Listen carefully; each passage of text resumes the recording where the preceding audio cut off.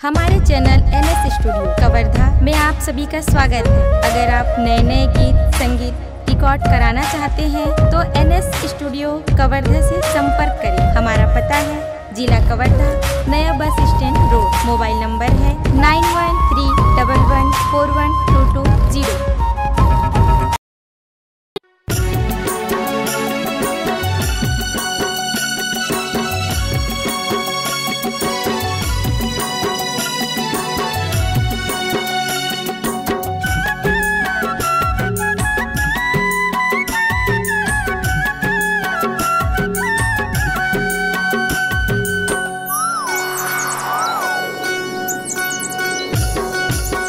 आमके डाराले कोयली बोले वो रानी, कोयली बोले ना, कोयली बोले वो कोयली का बोले ना। आमके डाराले कोयली बोलेगा, भैया कोयली बोले ना, कोयली बोलेगा, कोयली मैया बोले ना।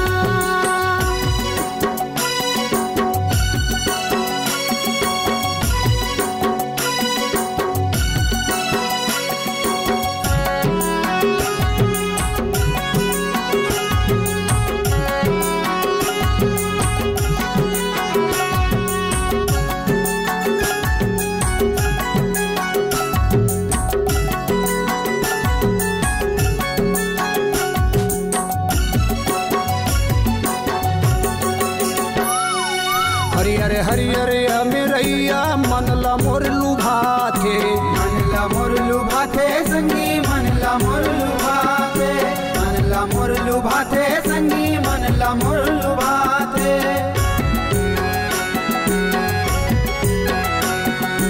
कोयली के बोली सुन के मन में पीरत जागे, मन में पीरत जागे संगी, मन में पीरत जागे, मन में पीरत जागे संगी, मन में पीरत जागे।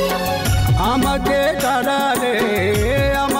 डाराले कोयली बोले वो रानी, कोयली बोले ना, कोयली बोले वो कोयली का बोले ना।